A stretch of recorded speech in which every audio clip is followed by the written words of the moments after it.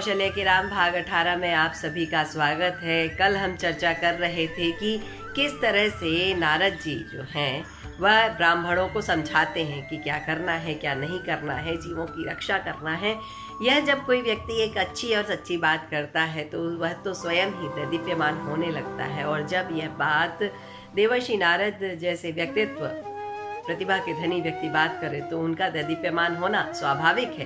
तो लोगों के कथनानुसार उस समय वह नारद जो है वह सूर्य के समान जान पड़ रहे थे, परंतु फिर भी जो बाकी के ब्राह्मण वहां पर थे उन्हें यह बात अच्छी नहीं लग रही, इसलिए वह उन्हें घेर कर खड़े हो गए और उन्हें हस्तपादादिक से, हाथ और पैरों से मारने का प्रयास करने लगे। नारद स्वयं बलशाली थे, इसलिए उन्होंने अपनी मुट्ठी का प्रयोग किया, अपनी एड़ी का प्रयोग किया और कई लोगों को मारने का प्रयास भी किया, परंतु वह इतने सारे ब्राह्मणों से घिरे होने के कारण हारने लगे।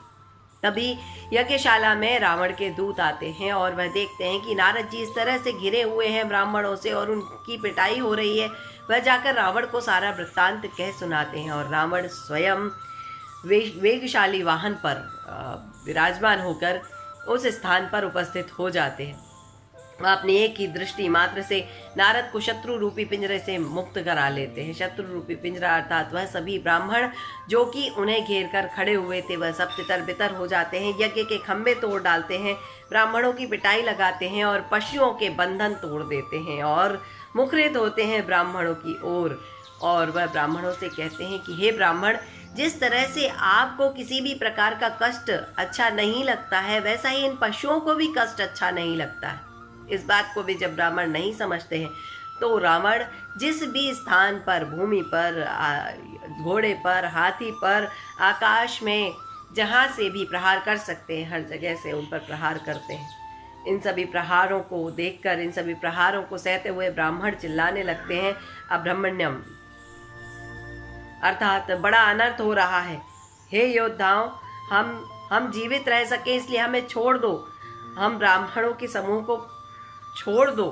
यह बात सुनकर नारद जी कहते हैं कि हे रावण, आपने यहाँ आकर उचित कार्य किया है, मुझे मुक्ति प्रदान की है और इन ब्राह्मणों को भी सत्य का बोध कराया है, परंतु आपका कल्याण हो सके इसलिए इन क्षुद्र जीवों को आप छोड़ दीजिए, इन्हें जीवित रहने दीजिए।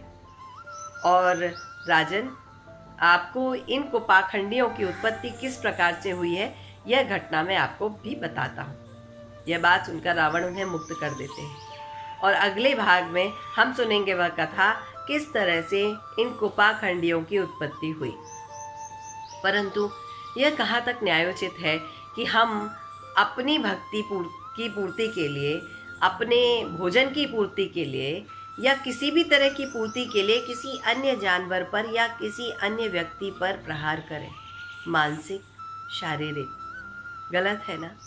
अगर हम हार रहे हैं तो हार जाते हैं, पर हम किसी को हराने के लिए उसका नुकसान ना करें।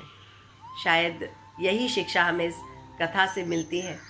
और रावण, जिनके बारे में हमारे मन में बहुत सारे मिथ्या भ्रम है, इस बात से यह भी ज्ञात होता है कि रावण स्वयं अहिंसा प्रेमी थे, एक अद्भुत पांडित्य के स्वामी जो कि हमेशा दूसरों की रक्षा के लिए तत्पर रहते थे।